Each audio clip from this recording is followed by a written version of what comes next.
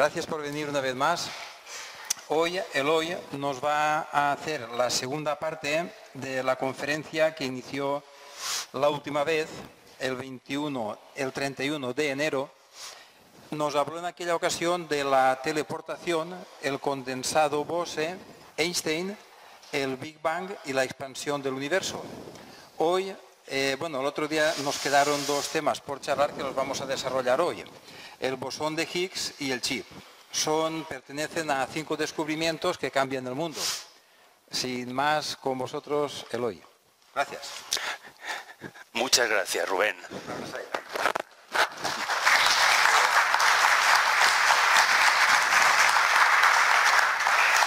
Muchas gracias. Bona vesprada a tots. Buenas tardes a todos. Vamos a continuar con aquel título del mes de enero de los 5 descubrimientos que cambian el mundo. Realmente no son 5, hay muchos más que 5, pero había que elegir. Permitidme que os presente uno de los últimos descubrimientos en psicología humana. Se trata de la demostración, que no suposición, de que ante un soborno, si lo rechazamos, nos causa mucho más estrés que si lo aceptamos. ¿Qué quiere decir esto? Que la tendencia común generalizada, normal, es aceptar un soborno, a experimentar la satisfacción de que nos den dinero a cambio de algo. ¿Y qué puedo hacer yo con ese dinero? ¡Qué bien! Tendemos a experimentar satisfacciones. Cuando hay que reflexionar, cuando hay que decir, párate ahí, ¿esto es un soborno? ¿Es un chantaje? Reflexiona, piensa antes de aceptar. Eso supone un esfuerzo. ¿Estamos todos dispuestos a hacer ese esfuerzo? Eso implica una dedicación, algo que no es habitual, que no es común, que no experimentas satisfacción, sino que has de renunciar a ella.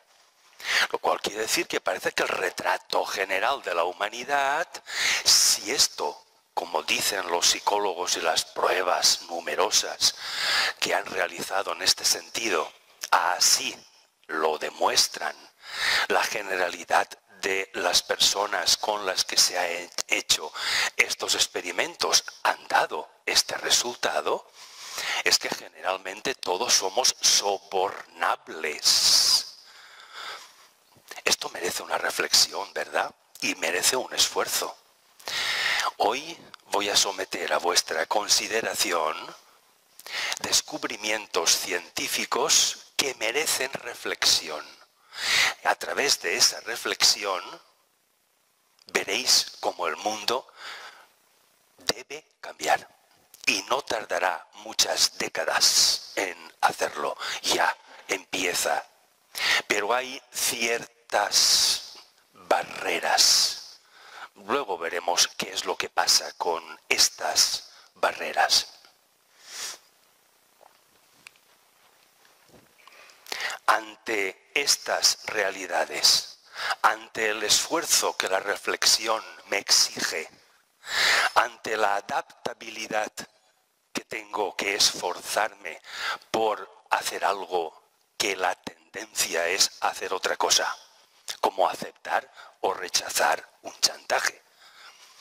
Ante estas realidades y ante las realidades que suponen los descubrimientos científicos, la pregunta podría ser esta: ¿cómo me preparo para aceptar estas realidades? ¿Cómo vivo estas realidades? ¿O prefiero dar la espalda y vivir cómodamente e ignorantemente? Cada cual tiene derecho a elegir y su elección no es mejor que otra, tiene derecho a elegir. Pero la pregunta queda en el aire. En la charla del mes de enero vimos, por ejemplo, entre otros, el descubrimiento del grafeno. Para que nos entendamos y hablemos en términos menos científicos, el grafeno es la forma más pura que tiene el carbono de manifestarse en la naturaleza. Tiene tres formas. El grafeno es la que menos impurezas tiene. A continuación, el diamante. Y por último, el fullereno. Es el carbono con mayor cantidad de impurezas. Pues bien, el grafeno es como el grafito, pero a capas. La característica es que imaginaros, cada una de estas capas tiene el grosor de un átomo, precisamente el átomo de carbono. Por eso una capa de grafeno es invisible a nuestros ojos. Se dice que es 200 veces más duro que el mejor de los aceros. Lo obtenemos por varios métodos, pero básicamente sintetizando azúcar a 800 grados aparece el carbono y aparece un grafeno que tiene bastante calidad. Tiene algunas impurezas, pero es bastante calidad. Y es el que más se está utilizando hoy en día. Otro método es por oxidación del propio grafito. Son caros estos métodos, pero son efectivos. Y ahora resulta que en el 2011 la sonda Spitzer encontró ingentes cantidades de grafeno en el espacio. Y ya China, India y Estados Unidos se están preguntando si resultaría comercial, viable, beneficiosa la explotación de ese grafito espacial, es decir, fletar naves espaciales a ver cómo recogen el grafito de aquellos espacios y trasladar aquel grafeno a la Tierra. Si resultaría las cantidades de grafeno que podemos traer del espacio, resultaría su trayectoria desde allá a aquí mucho más barato, menos costoso que fabricarlo aquí. Por lo visto, la pureza del grafeno espacial no tiene parangón. Es muy puro y por eso, pues, existe el ánimo de explotarlo. ¿Qué aplicaciones tiene el grafeno? Vimos algunas, pero la primera reflexión os la presento y la someto a vuestra consideración respecto del grafeno. Primera consideración. Oxidando el grafeno se absorben los residuos radiactivos. ¿Qué ocurriría si se aplicase esto? ¿Qué ocurriría si a los residuos radiactivos de nuestras centrales nucleares, a todas las emanaciones radiactivas, se aplicasen capas de grafeno para absorber esa radiactividad residual? ¿Qué podría ocurrir? Pero esto es una realidad. Segundo, en contacto con la luz solar, genera un campo electromagnético tal que hace que ionicen todos los átomos existentes en el interior de ese campo. ¿Qué significa esto en términos comunes o más comprensibles? Que al ionizar átomos pasan electrones de unos a otros. Se crea una corriente de electrones dentro de ese campo magnético y eso es precisamente una electricidad. Luego el grafeno, sin necesidad de motores que muevan dinamos, sin necesidad de centrales, nada, produce de manera natural electricidad. Segunda pregunta, ¿qué ocurriría si se aplicase esto a la producción industrial de electricidad? Continuemos. Sirve para desalar agua. Es decir, haciendo pasar agua de mar por capas de grafeno, se produce H2O, agua pura, que mineralizada convenientemente para la ingesta humana, podríamos beber agua perfectamente mineral y pura, sin más coste, simplemente dejando que el agua pase por las porosidades del propio grafeno. Otra vez, os repito la pregunta, ¿qué ocurriría con todas las empresas que explotan las aguas potables que abastecen pueblos, ciudades, a nuestra civilización, que nos cobran el recibo del agua? Todo eso se reduciría drásticamente. Claro, esas empresas tendrían que dedicarse a otra cosa. Topamos con esa tendencia del ser humano a ser sobornable, a cobrar. Y la última característica que os presenté y que para mí es sorprendente es que se autorrepara. Una lámina de grafeno rota, le damos un golpe o con una radial o como sea, con un rayo láser se corta, automáticamente absorbe del espacio que la circunda los átomos de carbono que le hacen falta para autorregenerarse. No hace falta ninguna industria, ni método electroquímico, ni ningún proceso de fabricación del grafeno. Una vez obtenido y fabricado, se autorregenera, se mantiene in illo tempore. La primera reflexión: ¿qué ocurriría si las propiedades del grafeno, demostradas, no imaginadas, reales, se aplicaran? Nuestra civilización no puede ser la misma, tendría que cambiar. Pero volvemos a la pregunta del principio. Porque somos sobornables, no queremos hacer el esfuerzo de reflexionar. Continuemos con nuestras reflexiones. También vimos la teleportación. No consistía en transportarse una persona de un lugar a otro, por distante que esté. Psicológicamente considerada, la teleportación implica que dos o más estados de la materia subsisten en la misma materia. Eso a nosotros nos podría implicar en el sentido de que podemos estar el mismo individuo cabreado y alegre. Tenemos las dos capacidades de manifestarnos de una manera o bien de otra, y no por eso hemos cambiado de persona. Luego, esas dos distintas manifestaciones suponen dos estados de la materia, de nuestra materia, de nuestro cuerpo físico. Y eso es una teleportación dentro de nosotros mismos.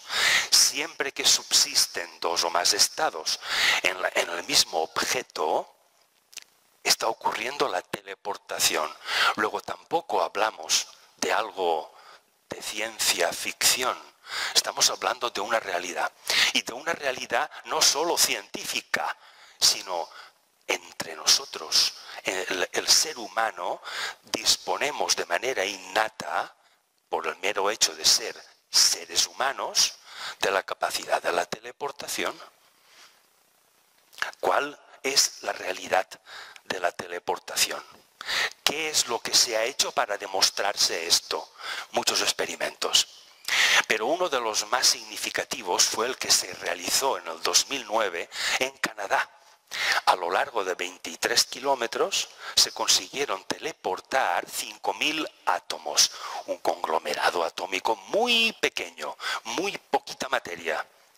Pero, ojo, lo que se teletransportó no fueron 5.000 átomos de aquí que desaparecen para que aparezcan allá.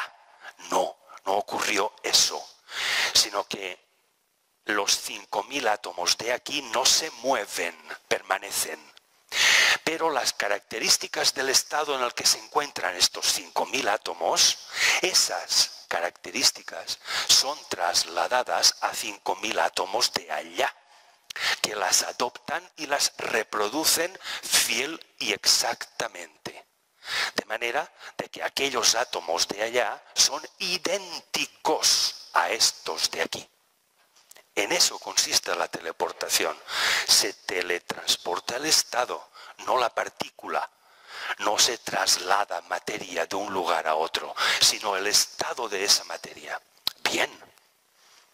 ¿Qué posibles utilidades le podemos encontrar a esto? Vimos algunas y os presento pues algunas de ellas. Vimos la posibilidad real de que se teleporte un órgano sano a un cuerpo enfermo. Las condiciones, el estado de un órgano sano, ese estado se puede teleportar a otro estado de otro órgano en el que no es el mismo, pero tiene capacidad de adoptar el del sano, de manera de que su dolencia finaliza y se autorregenera, como el grafeno. En el cerebro, otra sorprendente característica de la teleportación, que esto también es una realidad. Podemos instalarnos y desinstalarnos archivos de memoria, como hacemos en nuestros ordenadores que instalamos y desinstalamos borrando. En nuestro cerebro exactamente igual, gracias a la teleportación. Hace un momento me comentaba una persona aquí presente que si yo quiero aprender francés, me teleporto todo el idioma francés con su acento, vocabulario, etc. Y automáticamente mi cerebro es capaz de saber todo lo que tengo que saber para poder hablar francés. O quiero saber todo lo que escribió Anaximandro. Muy bien, pues instalo en mi cerebro lo que sabe la humanidad de Anaximandro y automáticamente ya sé todo lo que la humanidad sabe de este filósofo griego. Y así con cualquier otra cosa. Instalar y desinstalar, incorporar y borrar. ¿Os imagináis en la educación la revolución tan enorme que implicaría? Este profesorado que se basa en la memorización de datos, relátame la lista de reyes godos, por ejemplo. Todo eso desaparece, resulta completamente inútil. Vamos a hablar a partir de este momento de utilidades, amigos, de utilidades, no de lo que puede y ya empieza a ser inútil. Por lo tanto, al reflexionar, entramos en un estado de mayor eficacia que antes y encima de mayor conformidad con nosotros mismos. Una de las grandes aplicaciones de la teleportación, y es una de las razones por las que se está estudiando, experimentando e investigando más, es el llamado ordenador cuántico. No os voy a cansar científicamente en qué consiste el ordenador cuántico, pero la reseña es clara y contundente. Se trata de que la capacidad de un átomo de soltar o de absorber electrones es la capacidad de convertirse en un ion. Pues bien, estableciendo una cadena de átomos en fila india, uno detrás de otro, como si fueran bolas, que levantando tipo péndulo una del extremo y dejándola caer, golpea a la bola siguiente. El golpe se transmite a toda la cadena de bolas y la última es la que se mueve, las demás no. Se teleporta la energía cinética del movimiento a al convertirse en potencial al chocar contra la primera bola y provoca esa energía potencial, una energía cinética en la última bola de la cadena que le infunde un movimiento en sentido contrario a la que cayó. Así y así. Pues bien, esto ocurre con las cadenas de iones, de manera de que lo que se instale, lo que se programe informáticamente hablando en un ion, automáticamente todos los iones reproducen esa programación.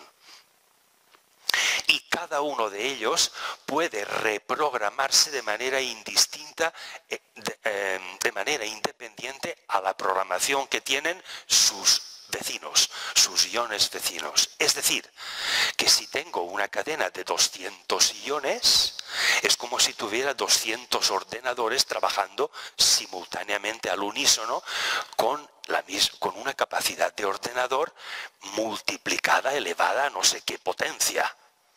En esto consiste el ordenador cuántico. Hay un científico español catalán de Manresa, Ignasi Cirac, que trabajando codo a codo con otro, el Peter Soler, son pioneros en la investigación sobre la aplicación de la mecánica cuántica a la informática. Es decir, en la creación del ordenador cuántico.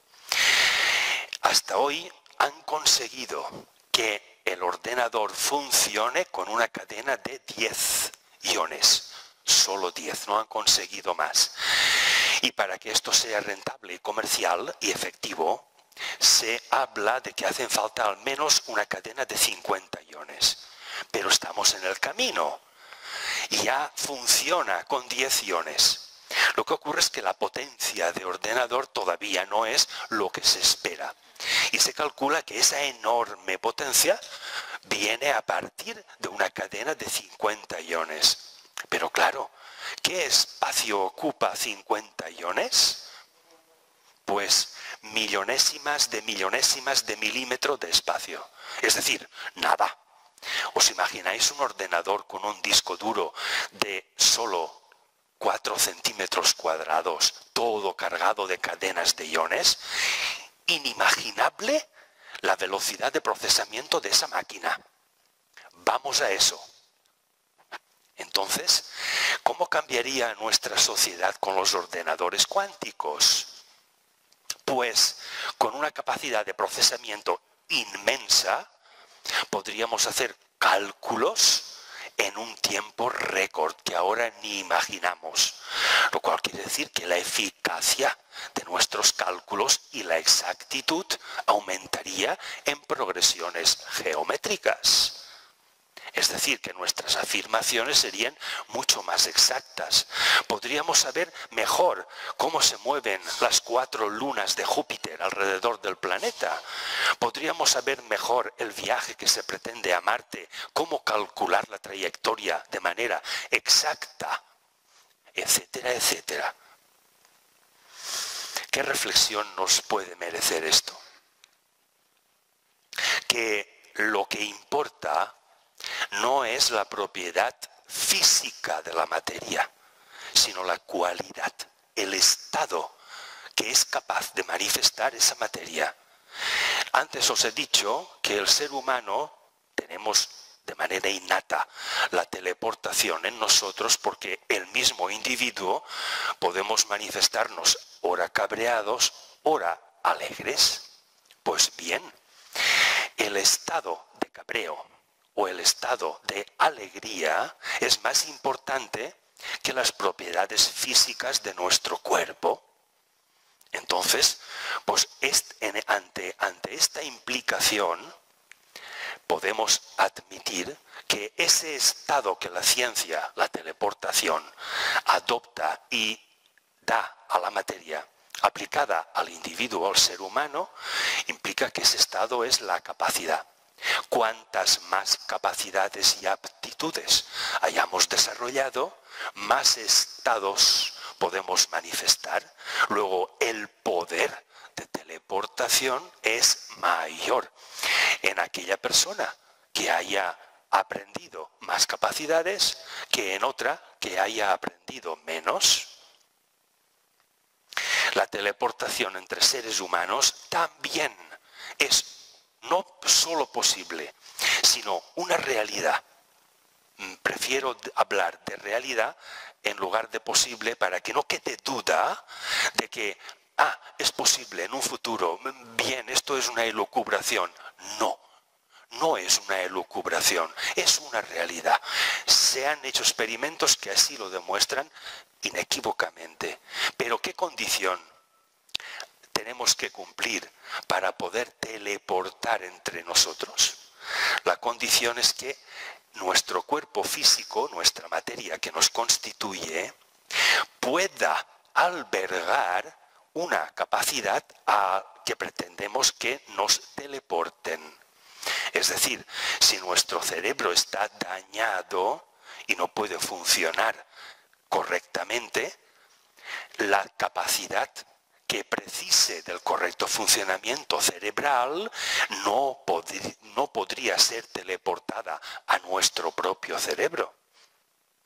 De la misma forma que si un órgano enfermo está tan enfermo, tan deteriorado, que no puede ya regenerarse, pues la teleportación que supondría sanar por el estado de un órgano sano, teleportarlo a nuestro enfermo, está tan dañado o ya no lo tenemos que no cabe la teleportación.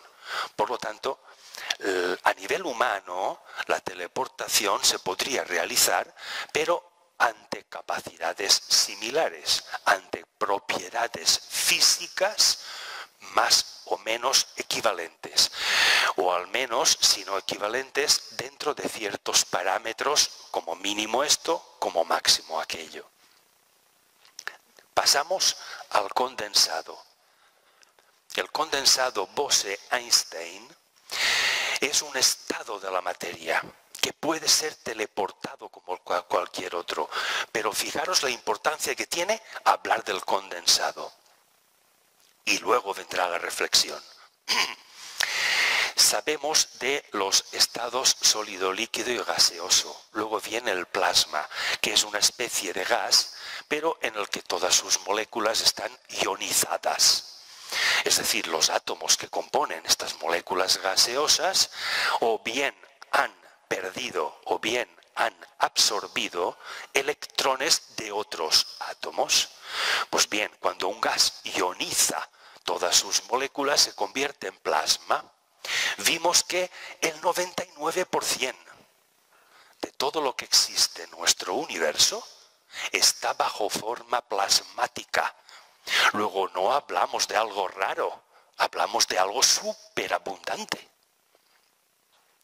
Más allá del plasma viene el condensado. ¿Qué es realmente el condensado? En el enunciado de la conferencia del pasado mes de enero, os puse el ejemplo de una única silla sobre la que se sientan varias personas, no importa su número. De manera de que hay una persona sentada y una segunda se sienta encima y solamente vemos a una persona. Se sienta una tercera y continuamos viendo una persona. Por muchas personas que se sienten, siempre vemos una persona, pero con las características de todas. Esto es el condensado. El condensado es un átomo que es capaz de generar, porque los contiene, a toda clase de átomos. Lo cual quiere decir que si a un objeto, a un átomo de materia concretamente, le teleportamos todos los estados que la materia puede contener, ese átomo es el condensado. Lo cual quiere decir que vamos a entrar en la reflexión. Este condensado, ese átomo que ha absorbido por teleportación todos los estados o capacidades de los otros átomos, este átomo es el génesis. Este es la sustancia universal de los gnósticos. Este es el éter primordial, el alcaest. Vamos, es la sustancia primigenia. Es lo que da origen a todo tipo de materia, sin embargo no es materia, pero tiene todos los estados de la materia en potencia. Esto es el condensado. Podría suponer la realidad de todas estas filosofías que hablan sobre la sustancia universal, aquello que da origen a todo lo existente. Y así llegamos al Big Bang. Es ese momento que a partir del 90 ya ha quedado demostrado porque supone que se encontró una radiación de fondo que no es más que una onda expansiva de aquella primigenia explosión. Se calcula que ocurrió hace 13.800 millones de años, en el que una bola como una canica se expandió súbitamente, no tardó ni un segundo, súbitamente, a 10 millones de veces el tamaño de la Vía Láctea. Eso es el Big Bang. Esa inmensa, inconmensurable explosión, expansión que ha producido todo lo que llamamos universo, cosmos, galaxias, etc., resulta que se manifiesta como materia y algo que no aparecen con conglomerados atómicos y decimos que no hay materia. Pero todo eso tiene su origen aquí, a partir de ese condensado, que al expandirse y manifestar todos los estados que contiene, le llamamos el Big Bang, y que aún continúa, porque el universo, según se demostró también, continúa expandiéndose. Luego el Big Bang no ocurrió, está ocurriendo. Porque tiene masa. ¿Por qué hay partículas que llamamos materia y otras no? ¿Por qué las que tienen materia tienen masa? ¿De dónde proviene la masa? Esta es una de las grandes incógnitas de la ciencia en la que poquito a poco vamos penetrando, pero todavía no hemos penetrado hasta lo más recóndito de aquello que origina a una masa. En el 64, Peter Higgs, uno de nuestros eminentes científicos en cuanto a mecánica cuántica, enunció que cuando una partícula sin masa interacciona en cierto lugar del espacio en el que hay energía y no masa, al penetrar en ese espacio, cuando sale con masa. Y ahora veréis por qué. Dijo que este espacio que confiere masa a las partículas, es decir, en el que se crea la materia, está formado por otras partículas a las que llamó bosones. El famoso bosón de Higgs. Las ecuaciones que veis aquí detrás en la pizarra del señor Peter Higgs son las ecuaciones matemáticas que definen al campo de Higgs. El campo de Higgs no es otra cosa más que ese espacio energético sin masa, pero que es capaz de conferir masa a todo lo que interfiera en él. Entonces las partículas tienen masa porque atraviesan este espacio y cuando salen aparecen con masa. Veamos ahora a continuación, veamos por qué la adquieren. Acabamos con la conferencia pasada con esta pregunta. Si puedo instalarme y desinstalarme, si una persona puede adquirir mis capacidades, mi altruismo llega y el desprendimiento de mi egocentrismo llega hasta tal punto en que todo aquello que me ha costado puede que toda una vida en conseguir, esfuerzo, reflexión, estudio, aprendizaje, en una fracción de segundo lo pueda transferir a otra persona, cedería a otro mis capacidades para que fuera igual que yo. Si hablamos de altruismo, hablemos realmente de altruismo, no juguemos a ser altruistas. La respuesta a esta pregunta no implica ningún juego, es muy seria. continuemos con el bosón. ¿Cómo detectamos a eso tan inmaterial? Pues resulta que de varios métodos, pero el más eficaz es los aceleradores de partículas. Ahí al lado, en Ginebra, tenemos uno que es un túnel de 27 kilómetros de longitud, un círculo de 27 kilómetros de longitud, en el que un pequeño tramo lo tenéis fotografiado en la imagen de la derecha. Ese aparatito costó más de 10.000 millones de dólares y en el que trabajan actualmente más de 3.000 científicos, entre ellos muchos españoles. Pues bien, ¿qué hace este tremendo aparato? Pues lo que hace es como lo hacemos todo, a lo bestia. Somos así de brutos y no podemos detectar al bosón sino destruyendo. Entonces creamos dos chorros de protones, uno en un sentido y otro en sentido contrario, para que a través de 6.000 inmensos electroimanes alcancen una velocidad aproximada al 80% de la velocidad de la luz.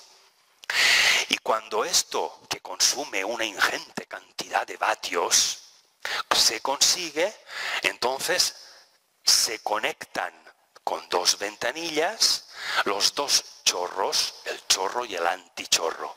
Y se espera, la probabilidad es muy baja, que algún protón choque con otro. Por lo tanto, destruimos dos protones y de la fotografía que resulta de esa destrucción interpretamos el campo magnético, los trocitos que saltan, los colores de las distintas energías desde el centro del impacto hasta la periferia y que desaparecen los colores, la distancia recorrida, etc. Y todo esto nos da a entender qué energía, qué partícula se ha desprendido de esta brutalidad para que diga, ah, fíjate, eso de ahí es un bosón. ¿Por qué? Porque de todas las partículas que estoy analizando, es la única que no tiene masa. Luego, esta podría ser un bosón. Bueno, pues así intentamos detectar a este huidizo bosón. Daros cuenta, para que os hagáis una idea de qué supone esta experiencia, estos experimentos, que la vida de un bosón, el tiempo que tarda en vivir y el tiempo que dura para que lo podamos fotografiar y observar, es el equivalente a tomando un segundo y fraccionándolo 1.000.000 de millones de veces, estamos a la mitad. Volvemos a tomar ese pequeñísimo tiempo y lo volvemos a dividir otro 1.000.000 de millones de veces. Y entonces el tiempo resultante de esas 2.000.000 de millones de millones de millones de veces, eso es lo que dura la vida de un bosón. Os podéis imaginar y hacer una idea de lo difícil que es detectar a un bosón. Y el aparato para intentar detectarlo tiene 13 metros de altura, un enorme electroimán y 6 metros de ancho. Con ese aparato se intenta detectar esa fotografía del choque, etcétera, etcétera. Como veis, estamos hablando de algo inusitadamente pequeño e inusitadamente irreal por el pequeñísimo tiempo que tarda en estar con vida y que lo podríamos observar. Pero esta es la realidad. ¿Por qué al bosón se le dice que es la partícula de Dios, la partícula divina? Y aquí os relajo un poquito la mente y os cuento una pequeña anécdota. Había un círculo de científicos que estaban reunidos tipo congreso. Entre ellos se encontraba el señor que habéis visto antes, Peter Higgs.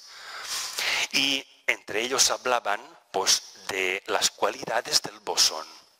Esas cualidades que dicen que no son naturales, que son sobrenaturales. Pues bien, a uno de los científicos se le ocurrió, tuvo la siguiente ocurrencia. Dijo, vamos a ver, En el Antiguo Testamento se dice que el pueblo, la humanidad, hablábamos una única lengua y que estábamos muy unidos y que para manifestar nuestra unión vamos a construir una gran ciudad con una gran torre. Era tan grande la ciudad y tan bonita y espectacular la torre que Yahvé bajó desde los cielos a la tierra para ver la obra humana.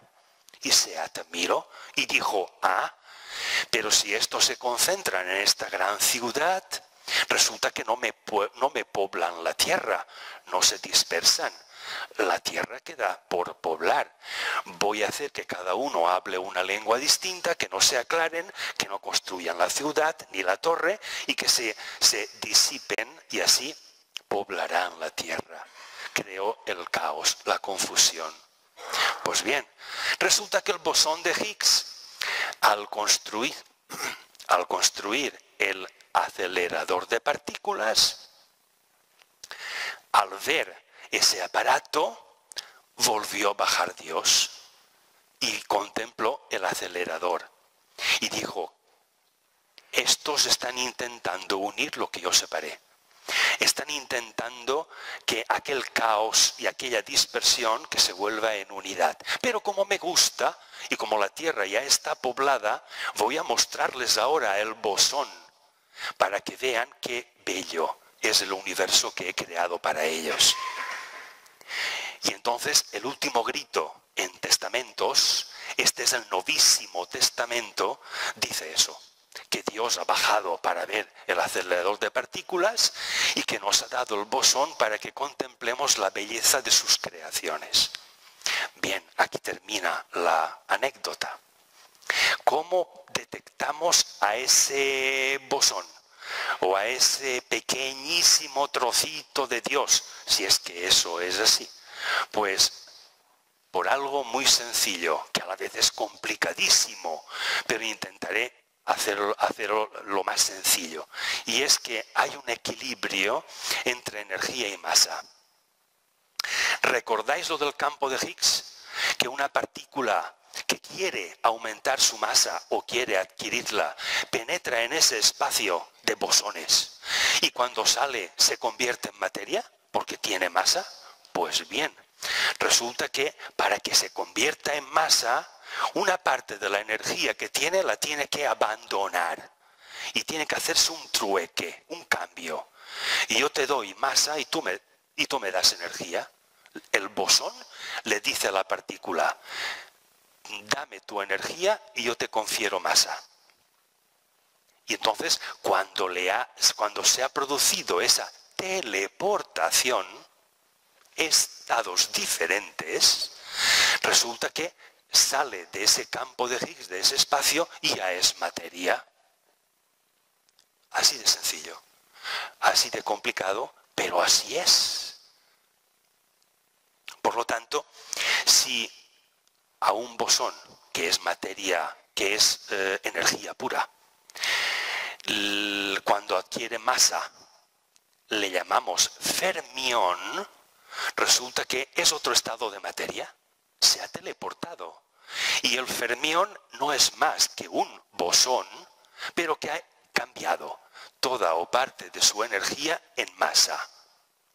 Con la particularidad de que ese fermión puede volver a intercambiar la masa que ahora tiene por energía, devolver aquello que se le confirió por el campo de Higgs y recuperar su estado energético. Y esto tampoco es imaginativo, también es una realidad demostrada. Por lo tanto, detectamos al bosón por el equilibrio entre energía y masa. Por eso os he dicho antes que en ese choque a lo bestia, pretendiendo destruir dos protones, cuando el científico, analizando una de esas fotografías de uno de los choques y que están meses analizándolas, bien, cuando detecten una partícula sin masa y completamente energética, podrán decir, vamos a ver si esto es el bosón, pero ya tenemos un indicio. La cuestión es que si el bosón es todo él energía, hablamos de esa partícula inmaterial. Probablemente la denominación, el nombre anecdótico de partícula de Dios no vaya tan desencaminado. Todo eso que llamamos espiritual o inmaterial podría tener que ver con el estado bosónico. Y cuando hablamos de materia, de fermiones, pues hablamos de masa. Hablamos de que una partícula ha pasado por un determinado espacio energético y ha hecho un cambio. La energía inherente a esa partícula ha disminuido a cambio de que ese espacio le haya cedido materia.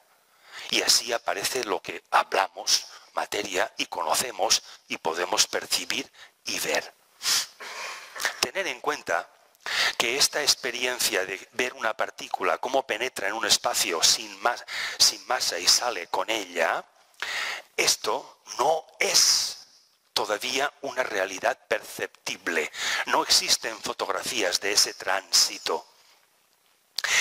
Esto supone aquellas ecuaciones del campo de Higgs, bien, pues unos sesudísimos cálculos y complicadísimos cálculos con unos mastodontes de ordenadores se hacen para detectar qué resultados ofrece aquellas ecuaciones.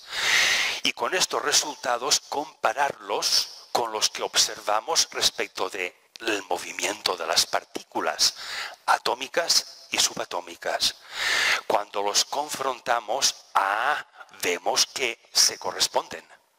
El resultado de aquellas ecuaciones se corresponde con lo que observamos y que se están moviendo esas partículas.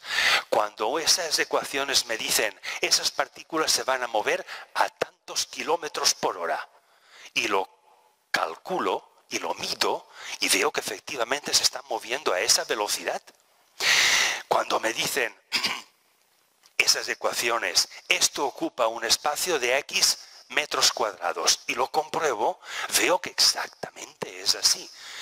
Luego, esas ecuaciones del campo de Higgs no van tan desencaminadas porque sus resultados se corroboran con la realidad.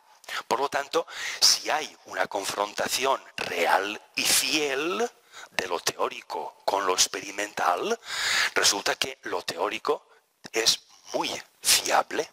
Hoy en día es de lo más fiable que disponemos. ¿Qué aplicaciones tiene esto tan abstruso? ¿Es que el bosón tiene alguna aplicación? Sí. Hoy en día usamos de las propiedades del bosón y pretendemos usar en el futuro de más, entre ellas aprovechar la energía. En cualquier choque de partículas se produce una ingente cantidad de energía. Mucho más es el calor que se produce en un impacto entre protones en el acelerador que el calor del centro de nuestro Sol. Y para que quede aislado el calor de ese impacto, necesitamos un inmenso y potentísimo campo electromagnético. Y así aislamos a ese calor. Pero todavía no tenemos medio de transportarlo para, por ejemplo, que funcione una central térmica y que produzca ese calor, electricidad. No tenemos almacenes, recipientes que puedan soportar sin fundirse ese calor. Por lo tanto, ahí está, lo producimos, pero todavía no podemos porque no sabemos cómo aprovechar esa enorme energía. Una de las aplicaciones más sorprendentes y reales es la de los superconductores, es decir, aquellos materiales que son capaces de conducir la electricidad sin resistencia. Aunque transporte la electricidad a miles de kilómetros de distancia, que si aquí en la estación generatriz genero 10.000 voltios, que allá me lleguen 10.000. y no por la resistencia del cobre de los cables que me la transportan, allá me lleguen 7000 y haya perdido la diferencia. Entonces, los superconductores no ofrecen resistencia u ofrecen menos, lo cual quiere decir que podría transportar la electricidad de un lugar a otro con mucha menor pérdida. Esa pérdida de electricidad es algo que se nos cobra en el recibo de la luz que pagamos periódicamente. La pérdida de electricidad que no podemos usar porque se pierde, también la pagamos, pero es un coste adicional más. Bien, ¿en qué consiste esto de los superconductores? ¿Cuál es la aplicación concreta que podría hacernos reflexionar porque cambiaría nuestra sociedad respecto y exactamente de los metamateriales? Tampoco voy a calentaros la cabeza demasiado en qué es y cómo fabricamos y características. Hay sorprendentes. Vamos a ver alguna de los metamateriales. Empecemos por ver qué es un metamaterial. En principio,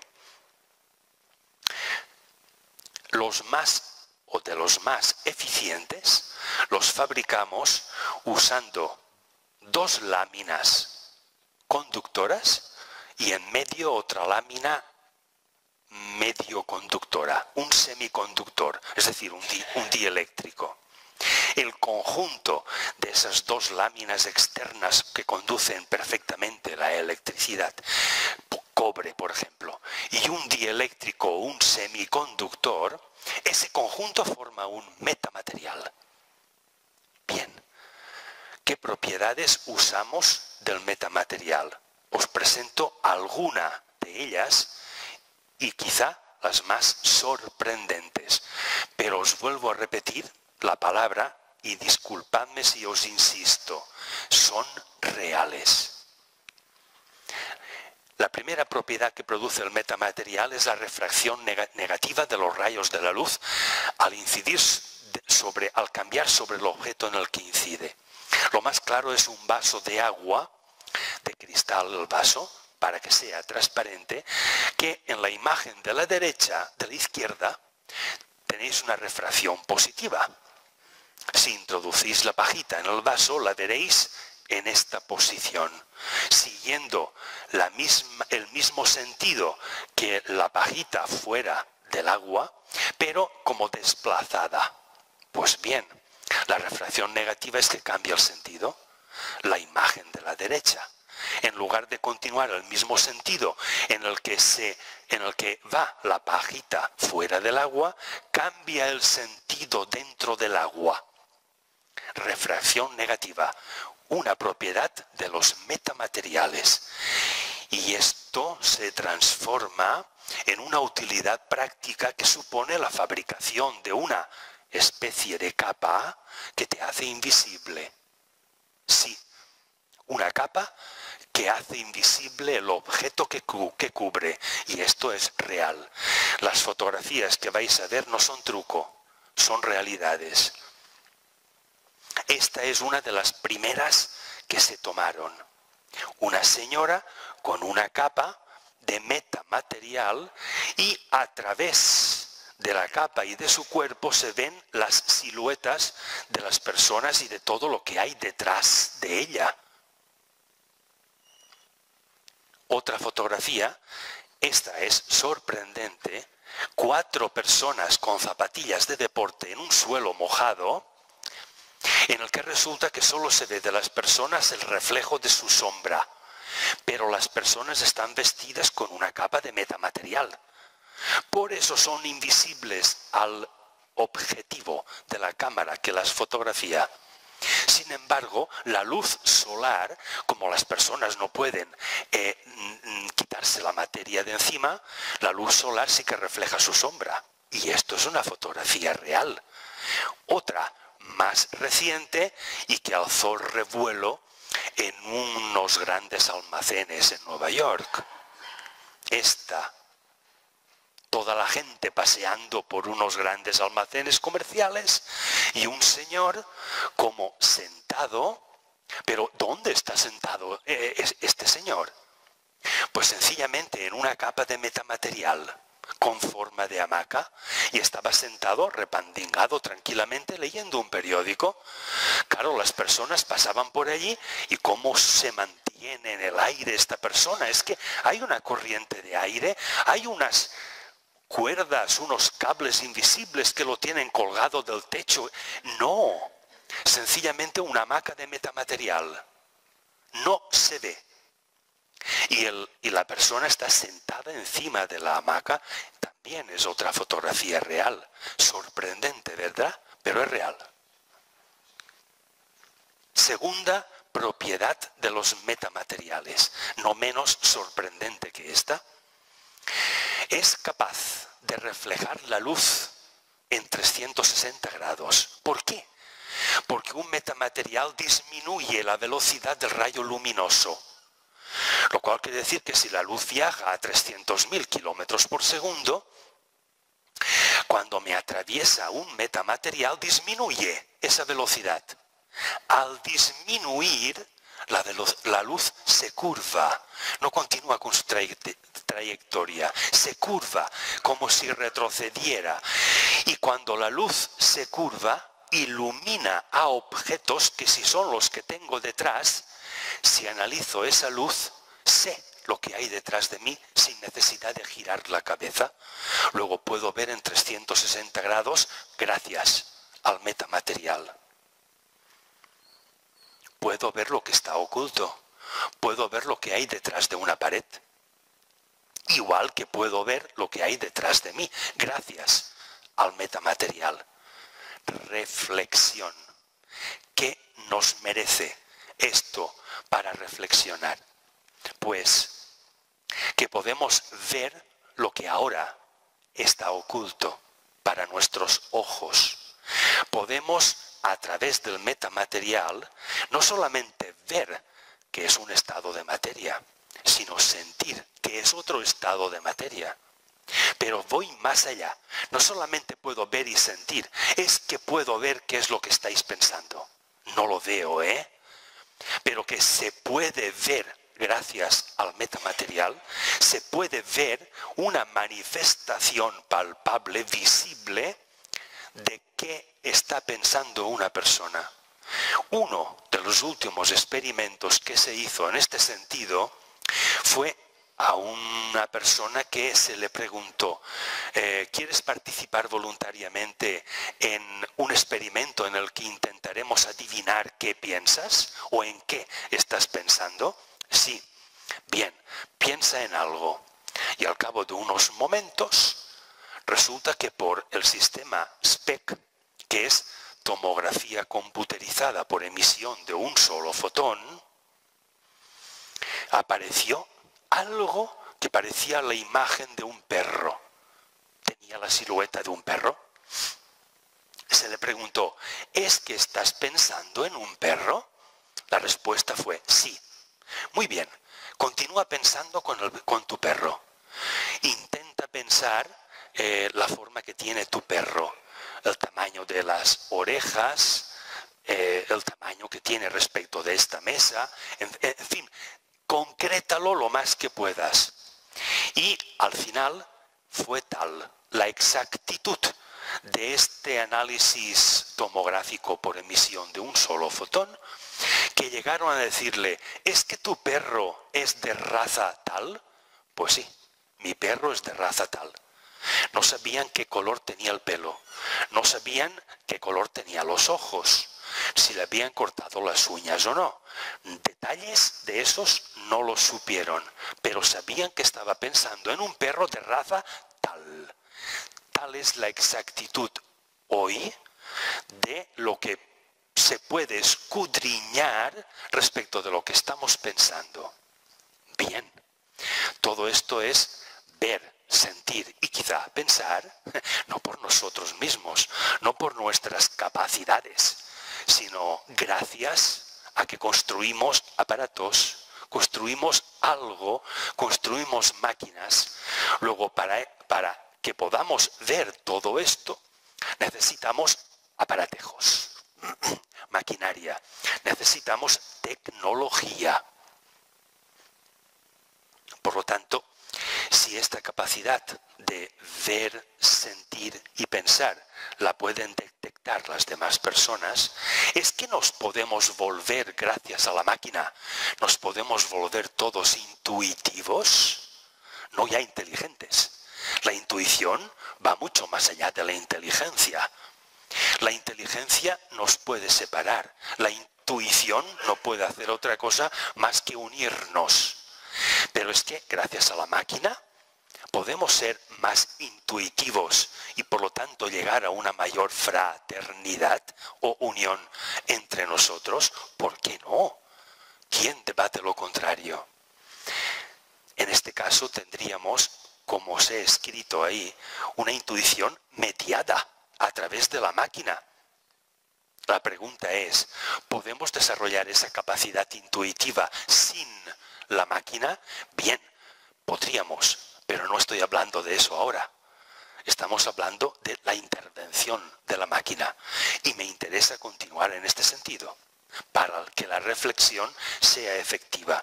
Bien, todo esto es toda esta tecnología gracias a algo aparentemente inútil, insignificante por su tamaño, sin embargo, inmensamente eficaz. El chip. El chip. Ese aparatito tan pequeño que es capaz de controlar la corriente eléctrica que le llega para que la que salga con determinado voltaje o con determinada intensidad y que vaya a determinado sitio. Eso hace el chip, controlar una energía eléctrica, igual que lo hace una neurona de nuestro cerebro. Gracias al chip, que en el 1959 se fabricó el primero, con 6 transistores. Sin embargo, hoy, en el tamaño que veis ahí, en ese tamaño, podemos insertar cientos de millones de transistores ahí dentro. ¿Os imagináis cómo ha evolucionado la cosa? Pues bien, ¿cómo se hace eso? Pues sencillamente utilizando un material, un mineral, silicio. Fabricamos obleas de silicio, unas placas de distintas formas, normalmente redondeadas, rectangulares. Estas obleas de silicio, encima de ellas escribimos un circuito eléctrico. La manera de escribir ese circuito es una técnica que se llama fotolitografía. Bien, pues a través de la técnica fotolitográfica imprimimos un circuito en esa oblea de silicio. Resultado, tenemos chip o un conjunto de chips y que consumen muchísima menos cantidad de electricidad que los aparatos de antes que no tenían chip y a la vez han reducido inmensamente su tamaño. Esto nos ha llevado a que un simple iPad de hoy, y fijaros lo que os digo, ese aparatito tan común en nuestros hijos, en la juventud y entre nosotros, bien, pues ese aparato tiene mucha más potencia de ordenador que la que tenía la NASA en 1969 cuando puso los astronautas en la Luna. Eso es muchísimo más potente que toda la NASA en el 1969 cuando lanzó el cohete a la Luna. Eso ha llevado a que aquella máquina de escribir que había que golpear, bueno, se transforme en el ordenador personal. Que aquel fonógrafo antiguo de nuestros bisabuelos o tatarabuelos, bueno, se ha transformado en los iPods. Que los aviones se transformen en los terribles Predator. ¿Qué es un Predator? El avión de abajo, un avión no tripulado. Pero precisamente porque el Predator no está tripulado, puede viajar a alturas en las que el ser humano necesitaría complejísimos aparatos para respirar y permanecer. Y aparte de eso, puede llevar bombas para que estallen en ciertos lugares, pueden llevar cámaras para que fotografíen ciertos lugares, pueden hacer funciones controladas desde tierra, por eso se llaman Predator. Sin embargo, no va nadie montado encima de ellos. Y aunque los derriben, bueno, pues derriban a una máquina, pero no hay daños personales.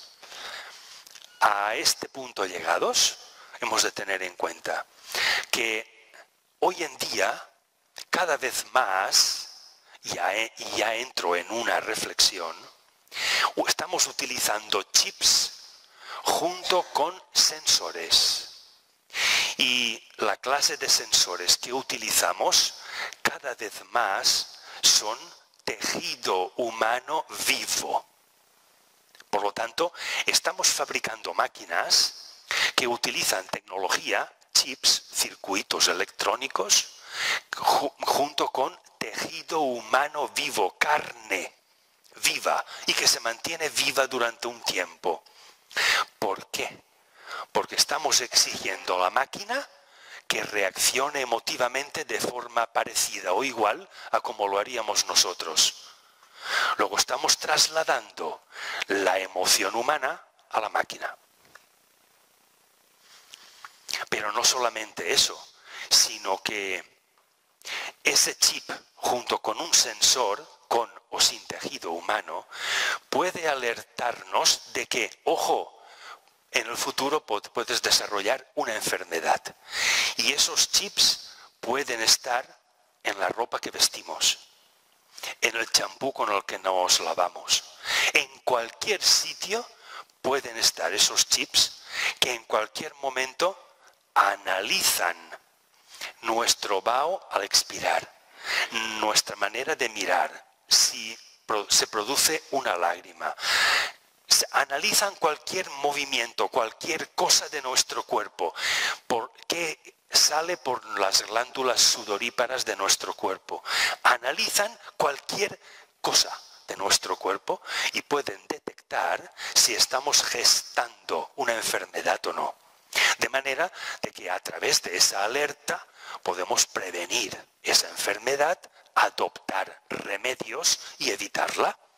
Por lo tanto, podemos cambiar nuestro futuro inmediato. Pero no solo eso, sino que esos chips diseminados por las calles, por los semáforos, por las farolas, por las aceras, por todos los lados, pueden alertar de un peligro. Una persona que no puede caminar deprisa, el semáforo en rojo y los coches van a pasar, puede alertar de un peligro para que el semáforo tarde más en ponerse en verde para los coches. Pueden cambiar el futuro inmediato. Podemos, gracias al chip, prevenir una enfermedad, prevenir de un peligro, y ese futuro que se produciría, que no se produzca. Luego podemos cambiar, de cierta manera, el destino. Ese empleo generalizado, diseminando por doquier los chips, y esto es algo que los gobiernos ya empiezan a hacer por todas las cámaras que hay por las calles, por los centros comerciales, están vigilando y fotografiando, enviando imágenes a la policía, etcétera, etcétera. Todo esto es gracias a los chips. Pero el chip con el sensor tiene una función mucho más específica que la cámara de grabación de imágenes. Y una de las realidades es que gracias a diseminar por todos los lados y en todos los lugares todo tipo de chips con sensores, podemos, lo que os decía antes, leer la mente de los individuos, de las personas. De manera de que si en cualquier lugar una persona está pensando en agredir a otra, podemos evitar la agresión. se puede detectar la violencia antes de que se produzca, ese futuro podría ser beneficioso para la humanidad. Podemos leer datos en cualquier lugar, eso que llamamos ahora Wi-Fi, y que podemos conectar el ordenador fuera de nuestra casa y navegar por Internet donde hay cobertura, puede haberla en cualquier lugar. Y en cualquier lugar nuestro cerebro estaría a través de los chips que contiene, por ejemplo, la ropa que vestimos. Podemos conectarnos a Internet en cualquier lugar sin necesidad de aparatos y leer datos. Quiero saber en este momento en qué restaurante hacen pulpo asado a la brasa con salsa de no sé qué. Datos, cualquier dato. Quiero saber qué ha dicho no sé qué. O quiero saber las noticias del año 52. Cualquier dato que esté bajo el conocimiento humano, en cualquier lugar, de manera inalámbrica, gracias al chip y sensor, gracias a este binomio, podemos leer datos en cualquier lugar. Ya os he hablado de la prevención de la violencia, de la posibilidad de saber qué piensas y en este caso lo inútil que sería la educación basada en la memoria. ¿Cuál es la realidad de hoy? Una de las realidades es que en la película de polímero de una lentilla se ha insertado un chip. Y esto es realidad, y esta inserción del chip produce imágenes y datos, de manera de que al colocarnos la lentilla, vemos como delante de nosotros una película, imágenes, lo que está ocurriendo en nuestra casa, una cámara que está grabando, y gracias a la lentilla estamos viendo qué está ocurriendo en mi casa y en mi jardín. Puedo leer datos y aparecen ante mi ojo la escritura de esos datos. Este chip contiene una batería de millonésimos de vatio y dura años. Y esto ya es una realidad, ya está fabricado. Pero a ese nivel tenemos la tecnología hoy. Fijaros que la proliferación de estas cosas, de estos aparatos, cambia por completo la estructura de nuestras sociedades. ¿Cómo nos estamos preparando para vivir con estas posibles realidades? Vamos a ver qué repercusión tiene esto del chip respecto de nuestro cerebro. La primera, y que es una afirmación demostrada y de las últimas, es que ante una mentira nuestro cerebro consume más energía que si decimos la verdad. ¿Por qué?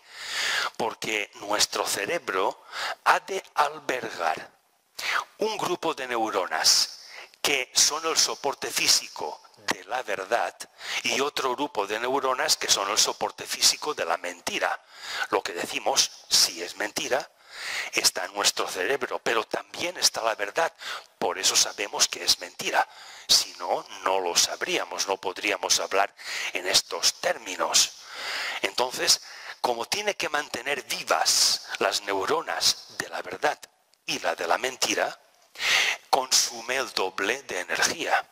Y esta es una de las bases de detección de posibles mentiras que dice una persona. Bien, todo esto produce lo que se está llamando tecnología áptica, que consiste en esa capacidad de sentir algo que realmente no tiene materia, algo que no existe en el plano material, pero que gracias al chip sensor puedo materializar no esa cosa, sino la sensación que esa cosa produce. Y experimento la sensación de esa cosa. De manera de que si el acariciar la mano de una persona me produce esa sensación de candidez, de suavidad, noto el calor de la otra mano. Bien, la tecnología áptica fabrica un haz de luz que es capaz de reproducir la sensación que al acercar mi mano a esa, entre comillas, cosa, imagen, experimento sensaciones similares a las que experimentaría si tocase una mano, pero además con cuerpo. Es decir, no es algo que se penetra y se sale sin tacto, sino que tiene tacto, tiene dureza, es como si fuera material. Y sin embargo no lo es. Y esto es una tecnología actual, la tecnología áptica. Pero fijaros con el uso que le damos a esta tecnología áptica. En cirugía se da la realidad de que el cirujano puede estar interviniendo, manejando una pantalla táctil para que otro cirujano o un robot ejecute la intervención. Uno de los objetivos actuales de la tecnología áptica es la de intentar captar una luz muy distante de la Tierra. ¿Por qué? Porque la luz lleva información. Si yo capto una luz muy distante, es que capto la información de hace mucho tiempo. Resultado, puedo ver el pasado, puedo ver la realidad de lo que ha ocurrido. Fijaros que el planeta Marte, respecto de la Tierra, como tienen órbitas elípticas, unas veces están más cerca y otras veces más alejados. Cuando están más cerca desde la Tierra, un rayo de luz tardaría 3 minutos en llegar a Marte. Pero cuando están más alejados tardaría 24 minutos. Pues bien, una media de 12-13 minutos es el tiempo que tarda un rayo de luz desde la Tierra a Marte. ¿Qué quiere decir esto? Que un marciano, si yo estoy en Marte ahora, estoy viendo lo que ha ocurrido en la Tierra hace 13 minutos. Y estoy viendo la realidad como que está ocurriendo ahora. Para mí, el presente marciano es una media de 13 minutos retrasado, en diferido, respecto del presente de la superficie de la Tierra. Luego, por esa razón, si puedo captar una luz mucho más allá, mucho más lejana de Marte, puedo ver el pasado. Puedo ver qué ha ocurrido realmente. Puedo ver cómo se ha destruido Troya. Puedo ver la erupción del Vesubio. Puedo ver cualquier acontecimiento, por remoto que sea en el pasado. Puedo ver cómo se han construido las pirámides en Egipto. Esto es lo que se está experimentando. Y también es otra realidad. La percepción de lo virtual y la posible visión del pasado son tecnologías en investigación y en desarrollo que están provocando resultados reales, consecuencias. 2. La primera, la inmediata. Podemos saber realmente qué somos y qué pensamos. Porque la manifestación, la teleportación, el poder manifestar 2 o más estados a la vez provoca una reacción en el espacio que queda grabada en la luz o en otros corpúsculos atómicos o subatómicos. Pero a través del binomio chip más sensor, con tejidos vivos humanos, puedo llegar a saber qué piensan las personas y qué son en realidad. No lo que dicen ser, sino lo que realmente son. Y la segunda, ya os lo he dicho, podemos visionar en el presente, como si fuera presente, lo que fue pasado. Pero no solo eso, sino lo que será futuro. Ante esto, hemos de estar alerta porque la fabricación de estas máquinas, chip, sensor, con tejido humano vivo, que reproduzca de la manera más fiel posible la emotividad y la sensación humana, bueno, pues estoy fabricando unos robots que de alguna manera Ahora pretendo que me laven los platos, ahora que me cocinen, que me mantengan la casa limpia, en fin, que me hagan una serie de tareas, que hagan una serie de trabajos y que obedezcan mis órdenes. Y de alguna manera puedo programarlos, reprogramarlos, borrando órdenes e introduciéndoles nuevas, pero que reaccionen como a mí me gusta. Ya tengo aquí la sensación. Intento trasladar al robot la sensación humana para que me guste lo que hace ese robot y así lo compro. Porque si hace lo que no me gusta, ¿para qué lo voy a comprar? Entonces, mi emoción la tiene que reproducir el robot y tiene que saber mi gusto para que me dé satisfacción, y entonces es cuando me pregunto si lo compro o no. Os he puesto ahí el cartel de la Forbidden Planet, el planeta prohibido, una película en la que los robots ejecutan las órdenes de los seres humanos. Pero claro, sin diferenciar si hacen beneficio o no, si hacen bien o hacen mal. Por lo tanto, si alguien está pensando en darle una bofetada a otro, resulta que va al robot y ¡bumba! Y se la da. Por no deciros un ejemplo mucho más drástico. En fin, los robots de la película Planeta Prohibido ejecutan los deseos, las emociones de los seres humanos porque las reproducen. Esta es la alerta. ¿Vamos a crear máquinas que reproduzcan todo tipo de sensación o únicamente aquellas que nos resultan agradables? Pero ya tenemos el problema. Lo que para mí puede ser agradable, para ti no. Entonces, ¿qué es lo agradable? Esto provoca hoy un efecto, y es que cada vez que aprendemos algo, estamos construyendo nuestro cerebro. Esto ya lo dijo Ramón y Cajal. Somos escultores de nuestro propio cerebro. ¿Cómo? Aprendiendo. ¿Y qué implica aprender? Cambiar. ¿Hay cambios sin reflexión? No. Por lo tanto, si yo acepto el soborno, no reflexiono, sino que persigo la satisfacción. Si lo rechazo, es que reflexiono y me esfuerzo. Rechazo la satisfacción y antepongo la reflexión porque creo que es mejor, más puro, más honrado, etc. Antepongo ciertas cualidades a mi propia satisfacción. Esto lo podemos trasladar al robot. Pero nuestro cerebro sí que lo estructuramos y de manera diferente así aceptamos el soborno o así lo rechazamos. La estructura cerebral no es la misma.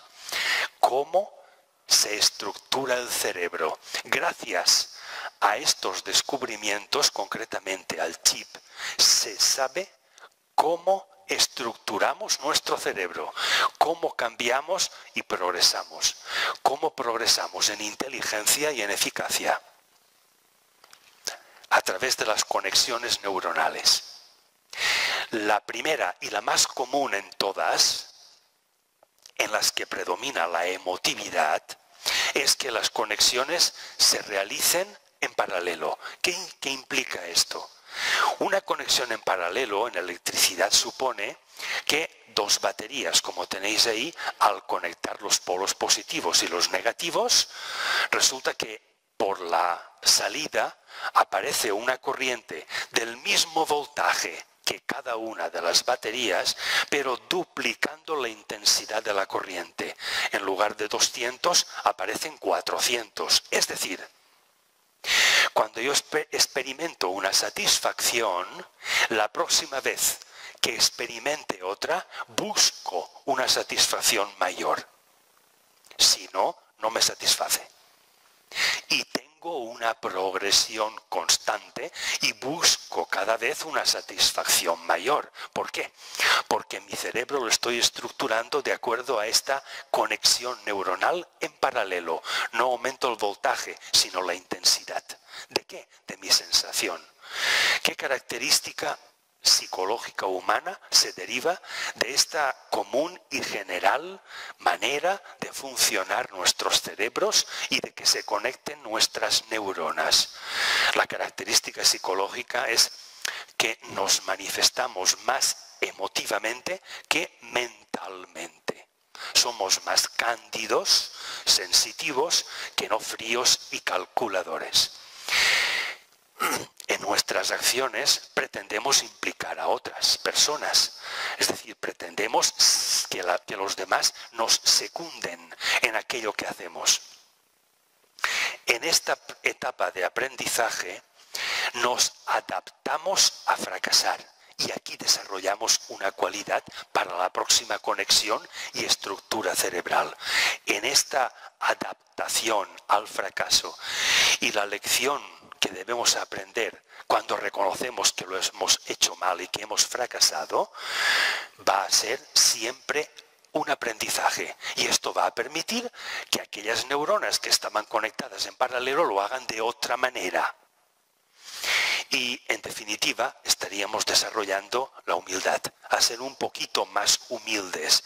Es decir, a no anteponernos a nosotros mismos, a los demás, y a reconocer un poquito más a los demás ante nosotros. La segunda, conexión en serie, que implica lo contrario de lo otro. En la conexión en serie aumentamos el voltaje, duplicándolo, pero mantenemos la intensidad. ¿Qué quiere decir esto en psicología humana? Que al mantener la intensidad es porque mentalmente estamos controlando a nuestra sensación. Hay un aspecto nuestro, el mental, que está ejerciendo mayor poder, energía, sobre el aspecto sensible. Es decir, estamos reflexionando. Estamos haciendo eso que nos supone mayor esfuerzo y duplicamos la intensidad, el voltaje de la corriente sin aumentar nuestra sensibilidad. Ja en tenim prou. La característica psicológica que podríamos derivar de esta conexión en serie es que empezamos a decidir por nosotros mismos. Respetamos las decisiones de otros, pero igual que nosotros las respetamos, que no nos las impongan. Déjame decidir a mí, porque como he aprendido a fracasar, he aprendido del fracaso. Por lo tanto, ahora tengo más capacidad que antes para decidir. Y la segunda es que en esta etapa de aprendizaje suelo cometer y caer en grandes decepciones. Suelo hacer cosas muy mal hechas. Suelo fracasar grandemente. Vamos a la tercera. La mixta. En paralelo y en serie. Lo cual quiere decir que en mi cerebro ya tienen que existir neuronas conectadas en serie y otras neuronas conectadas en paralelo. Las dos, como esas dos baterías, para que al conectarse entre sí produzcan un aumento tanto del voltaje de mi capacidad de control como el aumento de mi sensibilidad, la capacidad de percibir. Pero si esa capacidad perceptiva la controlo desde mi mente, hay una manera mejor de definir la intuición. Pero ya no dependo de la intuición que me proporciona una máquina. Es que la estoy desarrollando por mí mismo. Y aquí es donde quería llegar. ¿Cómo podría desarrollar la intuición por mí mismo? Se dice que el hemisferio parietal izquierdo de nuestro cerebro es el que suele albergar la emotividad, lo concreto. Y el derecho, lo abstracto, el control, la mente. Pues bien, cuando se produce esta conexión en serie y en paralelo a la vez, es porque no predomina un hemisferio cerebral sobre el otro, sino que ambos están coordinados. De manera de que el voltaje y la intensidad de los dos aumenta.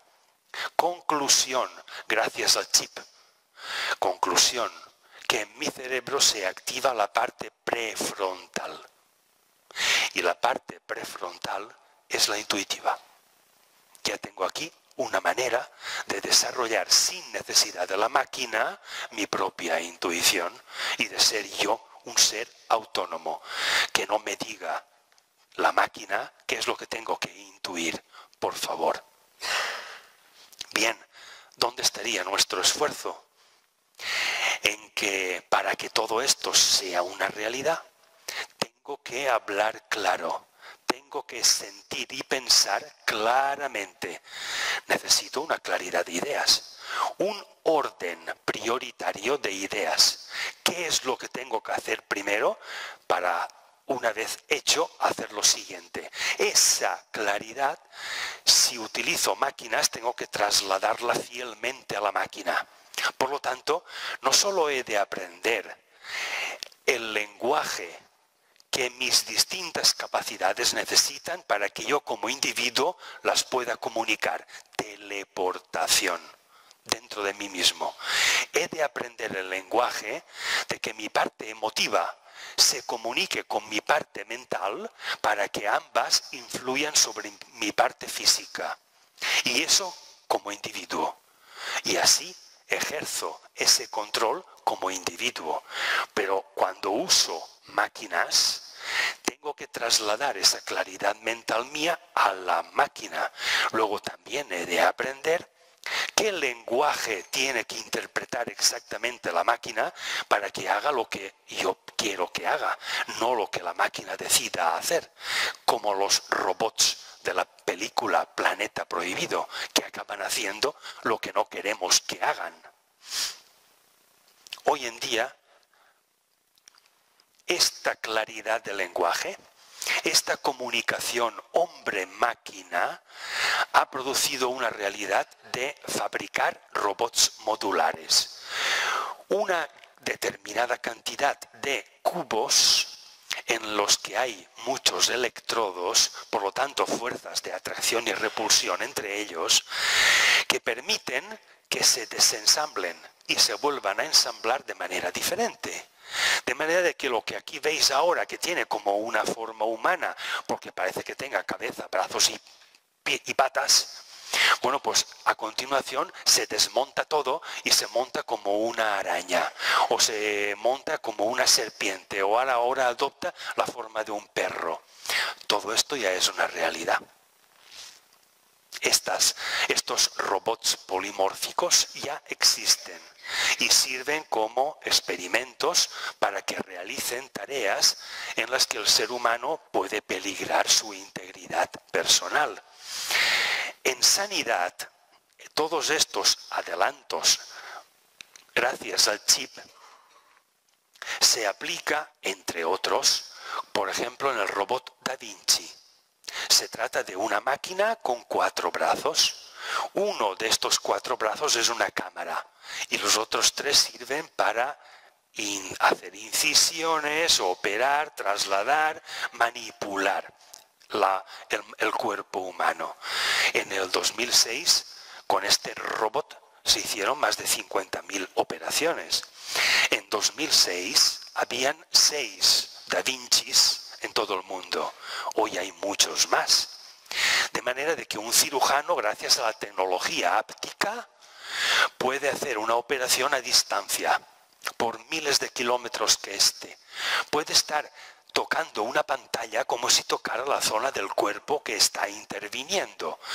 Y el Da Vinci ejecuta fielmente esa intervención con una precisión, con una exactitud y con una capacidad de operar en un espacio, en un microespacio, que para el cirujano le resultaría absolutamente imposible. No podría hacer una incisión tan pequeña ni coser una sección de carne tan pequeña como la que el Da Vinci sí que puede hacer. Todo esto es gracias al BIP, al binomio chip-sensor. ¿Qué reflexión nos merece todo esto? Os he dicho que trasladamos la emoción a la máquina. La máquina está fabricada a partir del reino mineral. Pero cuando le introducimos carne humana, tejido vivo, humano, resulta que estamos dando un salto del reino mineral al humano. pasando también por el vegetal y el animal. Estamos creando máquinas que pretendemos que interpreten nuestras propias emociones. Estamos creando robots emocionales. Se está experimentando con que estos robots emocionales sustituyan, por ejemplo, al cuerpo de bomberos, que en un incendio o en una catástrofe no tenga que peligrar la integridad física del bombero, sino que el robot es el que puede introducirse en las llamas sin quemarse y salvar a quien sea. Pero ahora viene el problema. Hemos de introducir en ese robot juicios de valor para que dilucide a quién salva primero. Si hay dos personas a quienes salvar, ¿cómo decide el robot qué persona salva en primer lugar, con el peligro de que la otra muera? ¿Qué nivel de decisiones y de juicios le introducimos a la máquina? Este es un problema que se intenta resolver introduciendo en la máquina miles y miles de juicios posibles para que sea su juicio lo más aproximado a lo que entendemos por caridad, bondad. Ante dos personas decide una primero y otra después. En fin, todo esto nos lleva a que estamos trabajando en inteligencia artificial. Estamos trasladando a la máquina el poder de ser inteligente el ser humano y pretendemos que la máquina lo sea. Eso le llamamos inteligencia artificial. Pero démonos cuenta de una cosa respecto del potencial de nuestro cerebro. Resulta que nuestro cerebro es 20.000 veces más potente que el mayor de los ordenadores existentes hoy en día en la Tierra. Y hay ordenadores inimaginablemente potentes y construidos ya en la Tierra. Bien, pues ese ordenador tan inmensamente potente, nuestro cerebrito, es como mínimo 20.000 veces superior en potencia a ese enorme aparato. Es capaz de almacenar como mínimo 500 veces toda la información que hay actualmente en Internet. Esa maravilla tenemos aquí. En 2009 se consiguió a través de una máquina, a través de un androide, crear un aparato, un ordenador que simulaba el 1% del potencial de nuestro cerebro. Es decir, nuestro cerebro tiene 100.000 millones de neuronas. Bien, pues el 1% de eso equivale al cerebro de un gato. Pero nos encontramos con un problema. Y es que esa máquina, que es el 1% de lo potente que es nuestro cerebro, esa máquina pesa 7.000 toneladas. El aire acondicionado que la mantiene en la temperatura de funcionamiento. Este aire acondicionado de 7.000 toneladas bombea 80.000 metros cúbicos por hora de aire fresco, aire helado, para que aquello no se funda. Y esta máquina consume 1.000.000 de vatios de electricidad. Fijaros comparándolo con nuestro cerebro. Nuestro cerebro no llega a los 20 vatios lo que consume. Y sin embargo produce un calor apenas imperceptible. Y es 20.000 veces más potente que el más potente de los ordenadores. ¿Vais dándoos cuenta? Llegamos a un momento en que fabricamos inteligencia de manera artificial, sí, muy lejos de la capacidad inteligente que tenemos, pero la fabricamos. Pero necesitamos una inteligencia artificial que sea amigable, bondadosa, amistosa. El término de IAA, inteligencia artificial amistosa, se debe a Eliezer Yudkowsky. Este científico fue el que acuñó el nombre de inteligencia artificial amistosa. Y es, señores, vamos a fabricar robots, los hemos de fabricar, pero programemos a estas máquinas de manera de que siempre elijan ser benevolentes, no tengan la posibilidad de elegir ser malévolos, sino siempre benevolentes. Pero vuelve el problema que os he mencionado antes. ¿Hay grados de benevolencia? Ante una catástrofe y 2 personas a quienes salvar, ¿a quién decide y qué clase de benevolencia tiene que arbitrar ese robot para que decida salvar primero a una con el riesgo de que la otra perezca? Pues en esa inteligencia amistosa, en ese desarrollo estamos. Tenemos un gran problema, la barrera que os decía al principio de la charla. La barrera es que todas estas máquinas, toda esta tecnología, la desarrollamos gracias al patrocinio militar, gracias a la financiación de los ejércitos. Todo esto es gracias a que los estados, a través de sus ejércitos, a través de su poder militar, están realizando todas estas tecnologías. ¿Para qué? Para subyugar a otras naciones, para matar y destruir pueblos y personas, no estamos desarrollando en ese sentido la inteligencia artificial amistosa. No nos hace falta, ya somos bastante ruines nosotros. Luego, ¿qué conclusión final puede llevarnos todo esto? A través de todas estas máquinas, ¿estamos creando una humanidad de androides? Vamos a crear y cada vez más mayor cantidad de maquinaria que interprete nuestras emociones, que realice nuestros actos cotidianos, que nos limpie la casa, que lo haga todo. ¿Y nosotros qué? ¿Sabemos gestionar el ocio? ¿Qué haríamos si no tuviéramos que hacer? ¿Qué haríamos? ¿Dónde estaría nuestra acción? ¿Cuál sería nuestra eficacia? ¿Cómo funcionaría nuestro cerebro si no tuviéramos que hacer todo lo que ahora conceptuamos como hacer? Nuestro mundo no puede ser el mismo. El chip tiene que cambiar. La reflexión es necesaria. Y la reflexión implica un cambio. Ese cambio que subyuga a la emoción porque estamos pensando.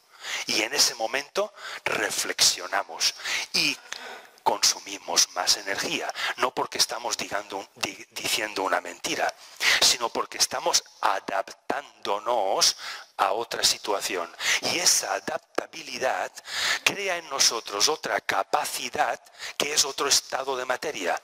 Aumenta nuestra capacidad de teleportación. ¿Y eso qué implica? Que aumenta la capacidad de relacionarnos fraternalmente con los demás. Porque así lo hacemos con nosotros mismos. No hay conflicto entre nuestros estados. No hay ahora quiero estar cabreado y ahora quiero estar alegre. No hay conflicto entre eso. Y como yo no tengo conflicto, lo que sale de mí es en ausencia de conflicto. Luego mi relación no puede ser conflictiva, sino fraternal. ¿Qué necesidad tenemos de trasladarle a la máquina la inteligencia artificial amistosa? Si el germen de la amistad no está en la máquina, está en nosotros. Y la segunda es que somos una humanidad que se ha hecho algo parecido con lo que estamos haciendo con los androides.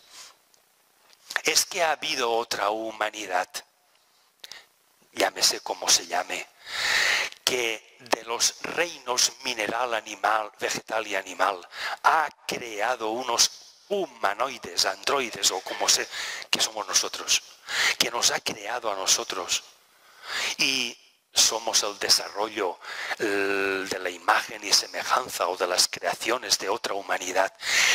igual que estamos haciendo nosotros con nuestras máquinas, con nuestros robots, que llegará un momento en que habrán muchos más robots que seres humanos sobre el planeta? ¿Podrán decidir los robots por sí mismos y subyugar a los que nos llamamos seres humanos? ¿Servirá de algo que les insuflemos esa inteligencia artificial amistosa? ¿Servirá de algo? Parece que no. Parece que no les servirá si no introducimos primero aquí esa inteligencia artificial amistosa, que ya no sería artificial, pero sí amistosa. Y vuelvo al principio. ¿Cómo me preparo para vivir bajo estas realidades? Para aceptar estas realidades. Me preparo estudiando ciertas filosofías, me preparo acudiendo a lo que sea, me preparo. ¿Cómo vivo? ¿Cómo me preparo? Estos son realidades. Vivir de espaldas a ellas quizá no sea lo mejor. Pero si es que esto es así, tendremos que cambiar el chip, tendremos que aprender, tendremos que reflexionar. Y en esta reflexión implica un cambio. A este cambio y a esta reflexión os he emplazado hoy. Muchas gracias por vuestra atención.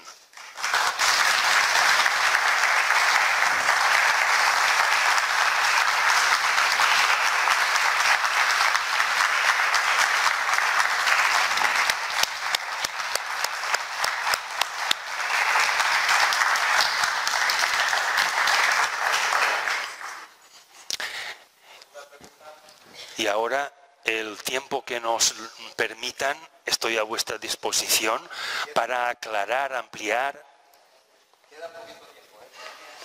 el que vosotros digáis.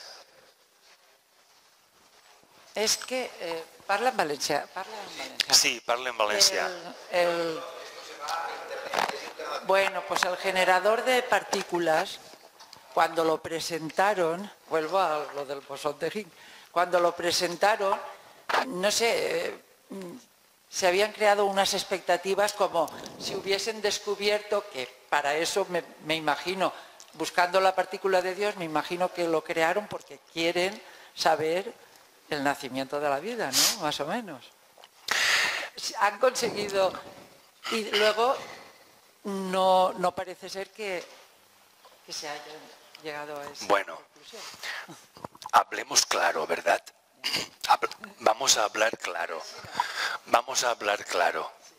Primero que nada, no es generador de partículas, es acelerador de partículas. Bueno, pues eso, ese aparato, hablando claro, no lo han construido para encontrar la partícula de Dios.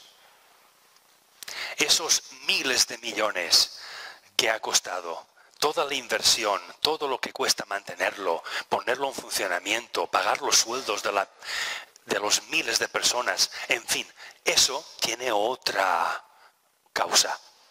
La otra causa es el poder controlar y obtener la energía de la colisión de partículas, de esa inmensa y enorme energía, para poderla controlar y que sustituya a las bases energéticas que tenemos hoy en día, como son las sustancias fósiles y la manera de utilizar la electricidad que tenemos hoy. Ambas totalmente obsoletas. Pero como los cauces de distribución están creados desde hace mucho tiempo, hay que amortizarlos lo máximo posible. Y entonces por eso se perduran, aparte de que hay intereses en empresas que fabrican cobre para que se construyan cables de alta conducciones de electricidad de alta tensión y que se consuma cobre igual que el petróleo, etcétera, etcétera. Luego predomina el egoísmo humano, el menor esfuerzo. Somos saboteables, somos chantajeables a cambio de experimentar la sensación. Y el acelerador de partículas es uno de los numerosos ejemplos del egoísmo humano para intentar, si se consigue aprovechar esa energía, Bueno, pues crear otro mercado en el que a mayor energía se puede distribuir de mejor forma, pero vamos, siempre pagando un precio. Y la nación o los países pioneros en este descubrimiento, de alguna manera, crean una patente y nadie puede explotarlo más que ellos. Es decir, monopolio basado en oligopolios. Tenemos lo mismo de siempre. Luego, el acelerador no está hecho solo para encontrar la partícula de Dios. Está hecho para otras cosas que se espera que sean rentables. Y que todo el gasto que se está haciendo, más pronto que tarde, sea recuperable.